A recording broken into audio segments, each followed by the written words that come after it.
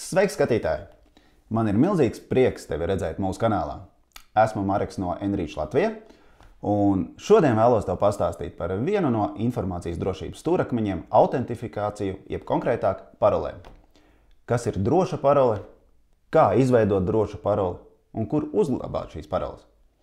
Nelielai atkāpei gan jāsaka, ka jau 10 gadus IT industrijā tiek diskutēts par nepieciešamību atbrīvoties no parolēm un aizstāt tās ar, tā teikt, drošākiem identitātes apliecināšanas līdzekļiem, tādiem kā elektroniskās atslēgas, šifrēšanas certifikāti un citas metodas.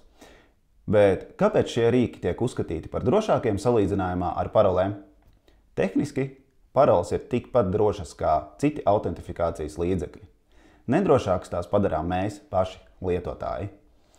Mūsdienās mēs izmantojam vairākus desmitus dažādu interneta resursus, kuros nepieciešams autorizēties ar lietotāju vārdu un paroli. Tie paši sociālie tīkli, e-pasti, interneta veikali, ziņapmaiņu programmas un tā tālāk.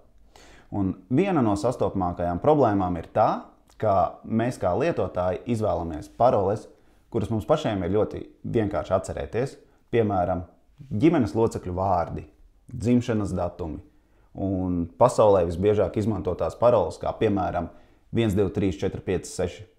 Starp citu, šo 6 ciparu kombināciju hakeri spēja atminēt pat vienā sekundē. Otra vislielākā problēma ir paroļu atkārtot izmantošana. Ja mēs izmantojam vienu paroli vairākos resursos, mēs būtiski samazinām savu paroļu drošību. Jautāsiet, kā?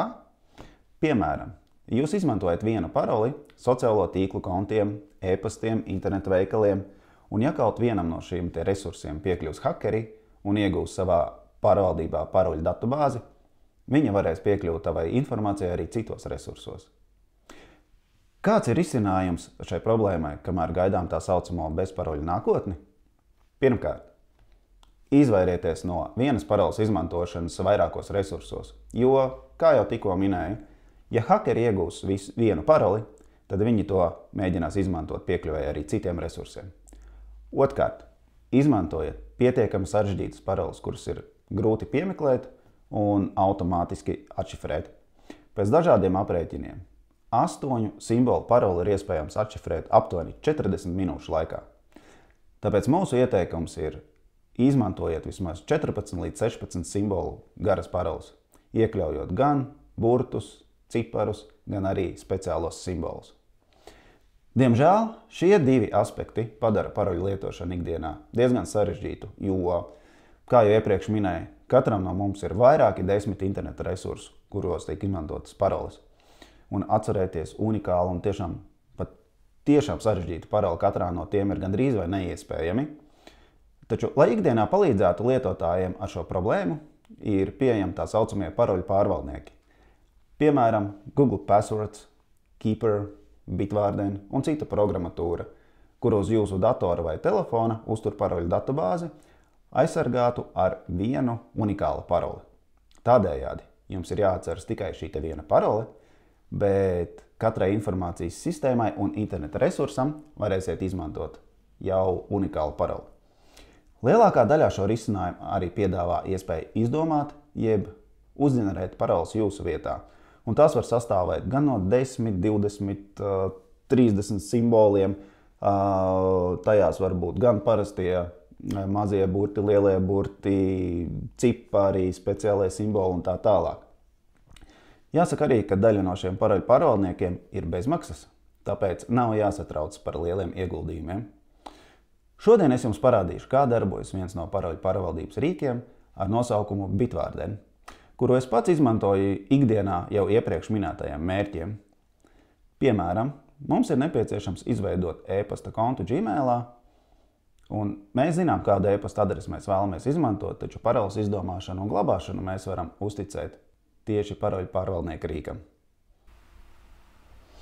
Tātad piesakāmies paroļu pārvaldniekā Bitwarden, kurā mēs jau esam iepriekš ievadījuši jau šo vienu unikālo paroli, kas mums ir jāatceras. Tālāk mēs spiežam plus zīmīti, lai izveidot jaunu ierakstu.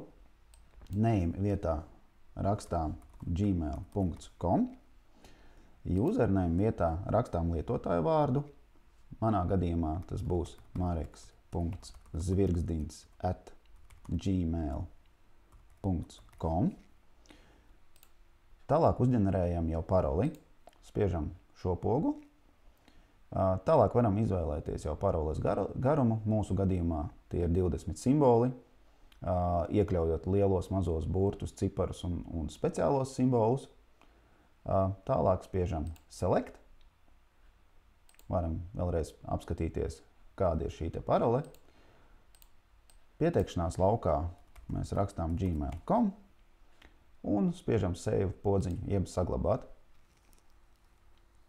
Turpmāk, lai pieteiktos šajā e-pastā, mēs izmantojam paroli no paroļu pārvaldnieka.